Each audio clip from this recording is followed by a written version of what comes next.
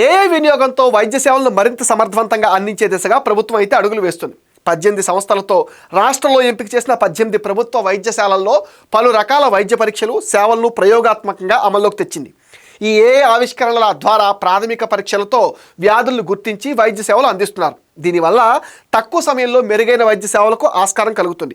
ఆయుష్మాన్ భారత్ ఐడితో అనుసంధానం చేయడంతో ఎక్కడి నుంచైనా రోగి ఆరోగ్య వివరాలు ఆధారంగా సులువుగా సేవలు అందించవచ్చు. సత్తెనపల్లి ప్రాంతీయ ఆసుపత్రి, తెనాలి జిల్లా ఆసుపత్రి, విశాఖలోని విక్టోరియా, కాకినాడ జీజీహెచ్, పార్వతీపురం జిల్లా ఆసుపత్రిలో ఈ సేవలు చాలా ప్రయోగాత్మకంగా అందిస్తున్నారు. శరీరానికి అమర్చే పరికరాల సాయంతో నవజాత శిశువులకు అత్యవసర సమయంలో తేలికపాటి ఆక్సిజన్ అందించడం, వృద్ధుల్లో కీళ్ళ నొప్పులకు కారణాలను గుర్తించడం లాంటి సేవలు అందుబాటులోకి తెచ్చారు. విశాఖలోని మానసిక వైద్యశాల, అనంతపురం జీజీహెచ్, చాగళ్లు పిహెచ్సి, రాజానగరం ఉప కేంద్రాల్లో కొన్ని సంస్థలు ఏఐ అప్లికేషన్స్ ద్వారా డయాగ్నోస్టిక్ పరీక్షలు చేస్తున్నారు. ప్రాథమిక దశలో గుండె జబ్బు, పిల్లల్లో న్యూరాలజికల్ డిజార్డర్, దగ్గు ద్వారా టీబీ గుర్తిస్తున్నారు.